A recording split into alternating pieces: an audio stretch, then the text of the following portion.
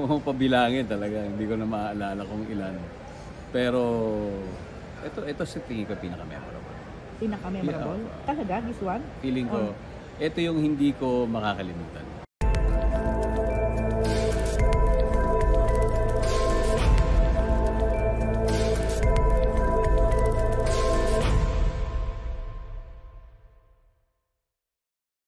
Dong, congratulations.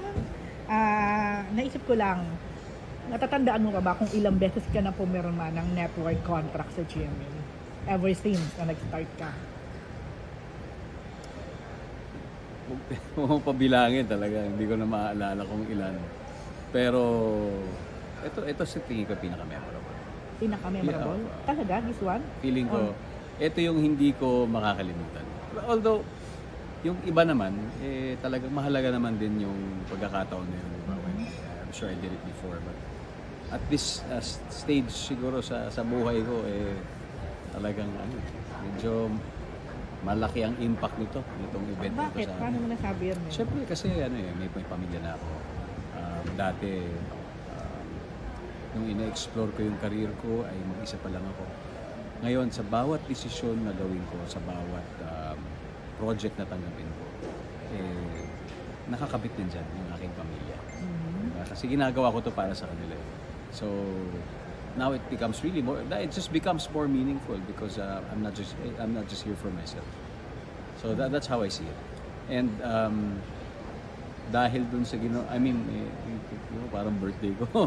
Grabe yung yung pakiramdam ko kanina para akong kaarawan na napakasaya nung celebration because ganito ko siya sineselebrate sa utak dahil ganito siya kahalaga sa akin. And masaya ako na tumugma yung kung paano ko siya sineselebrate dito sa ibinigay sa akin ng GMA. So,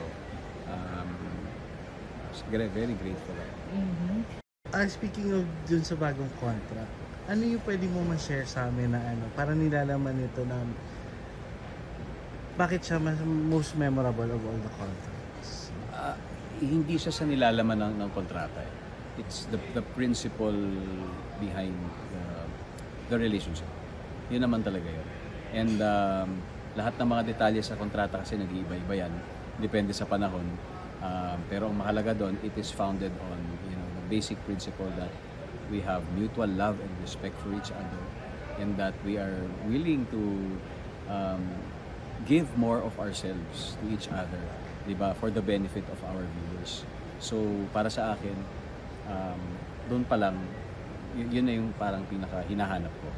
And because of also the new platforms that GMA has, the new shows, new opportunities, the wider reach, bibigay ngayon to ng pagkakataon sa mas maraming talents. Hindi lang para sa akin.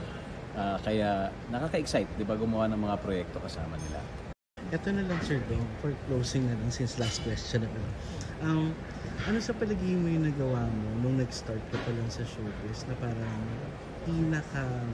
the best mo nagawa para tamasahin mo kung ano man yung natatanggap mo?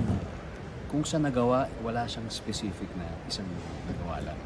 Sa tingin ko, dahil sa sa mga pinagdaanan, yung mindset na naibigay sa akin, na sabi ko, ito pala yung isa sa mga naging constant.